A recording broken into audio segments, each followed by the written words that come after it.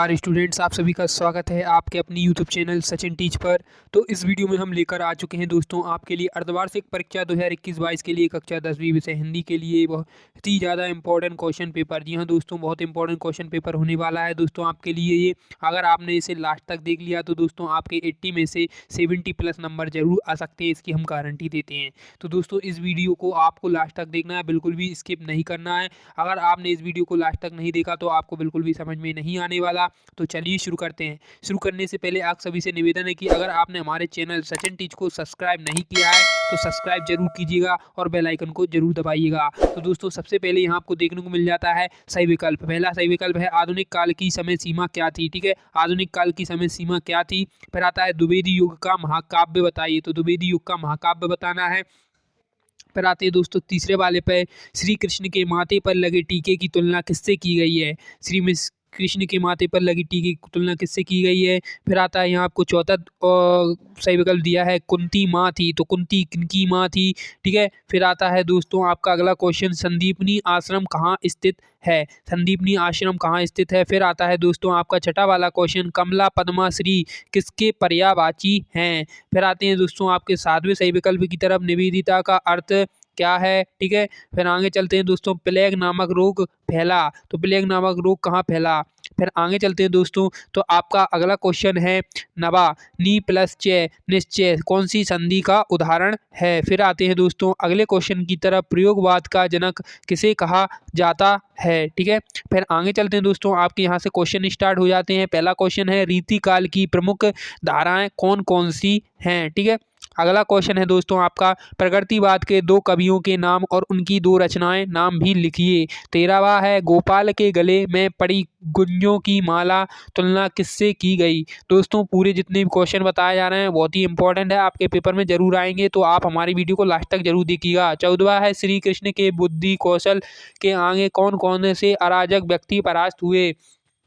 15वां है महर्षि वेद व्यास क्यों प्रसिद्ध हैं। 16वां क्वेश्चन है दोस्तों आपका, स्वामी विवेकानंद से निवेदिता की मुलाकात कहाँ और कैसे हुई। फिर आते हैं दोस्तों आपके संदर्भ प्रसंग की तरफ। यहाँ आपको एक गद्दान दिया हुआ है जिसका आपको संदर्भ प्रसंग करना है। 8 400 400 400। जी हाँ, याद कर लीजिए व्हाट्सअप नंबर, क्योंकि अब आपके मैथ या फिजिक्स केमिस्ट्री बायोलॉजी का सवाल हो, कोई भी डाउट या प्रश्न हो, उसका वीडियो सॉल्यूशन मिलेगा सीधे आपके व्हाट्सअप पर।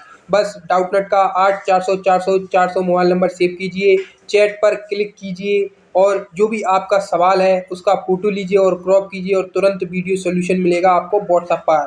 क्लास 6 से 12 आईआईटी जेईई नीट सीबीएसई सभी स्टेट के बच्चों के लिए। देर किस बात की, तुरंत जाइए और अपने सवाल को 8 400 400 400 पर व्हाट्सएप कीजिए और अपने सभी डाउट्स को आउट कीजिए, लिंक डिस्क्रिप्शन में है। यहाँ आपको दिया है श्री कृष्ण को हमारे देश के लेखकों ने 16 कलाओं का अवतार कहा है, तो दोस्तों इनका आपको संदर्भ प्रसंग लगना है कहाँ से यह लिया गया है।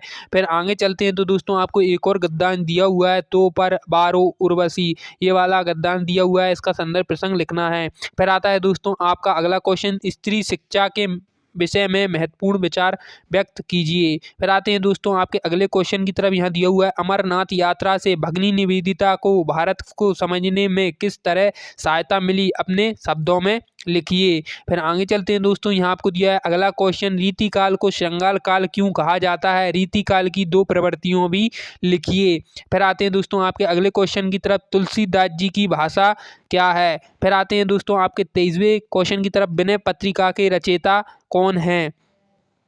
अगला क्वेश्चन है दोस्तों नीति अष्टक।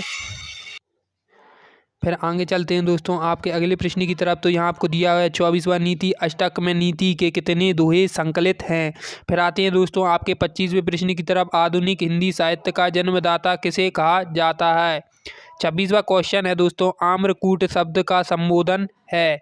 फिर आते हैं दोस्तों आपके 27वें प्रश्न की तरफ, लोक संस्कृति की स्मृति रेखा नर्मदा के लेखक। 28वां है, जो दूसरों का उपकार मानता है वो के लिए एक शब्द में उत्तर। फिर आते हैं दोस्तों पद काव्य के प्रमुख भेद फिर आता है दोस्तों अबला आग का क्वेश्चन है 30वां पृथ्वीराज रासो हैं, तो क्या है पृथ्वीराज रासो? खंड काव्य है, मुक्तक काव्य है, ये आपको बताना है।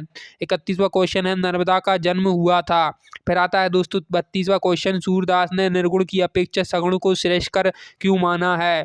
फिर आते हैं दोस्तों आपके अगले क्वेश्चन की तरफ, भारतेंदु जी की काव्यगत विशेषताएं लिखिए। 34वां है वात्सल्य रस को परिभाषित कीजिए। आपका अगला क्वेश्चन है दोस्तों माई की बगिया का वर्णन अपने शब्दों में कीजिए। 36वां क्वेश्चन यहाँ आपको दिया हुआ है निम्नलिखित शब्दों को संधि विच्छेद करते हुए संधि का नाम लिखिए।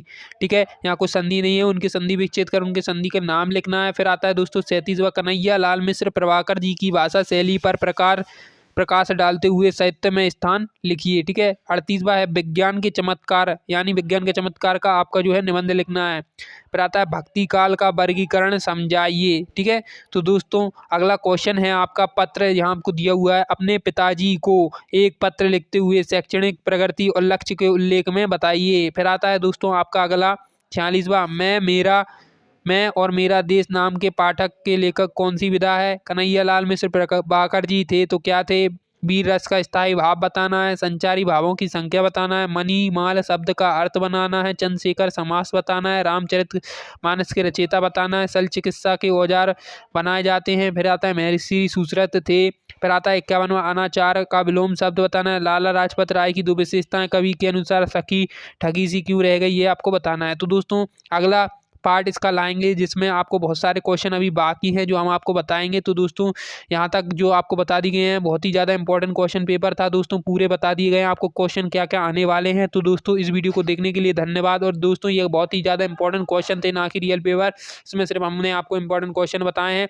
तो इन इंपॉर्टेंट क्वेश्चन को जरूर याद कर लीजिएगा, आपके पेपर में 100% आएंगे। मिलते हैं अगली वीडियो में, आप सभी का दिन शुभ रहे।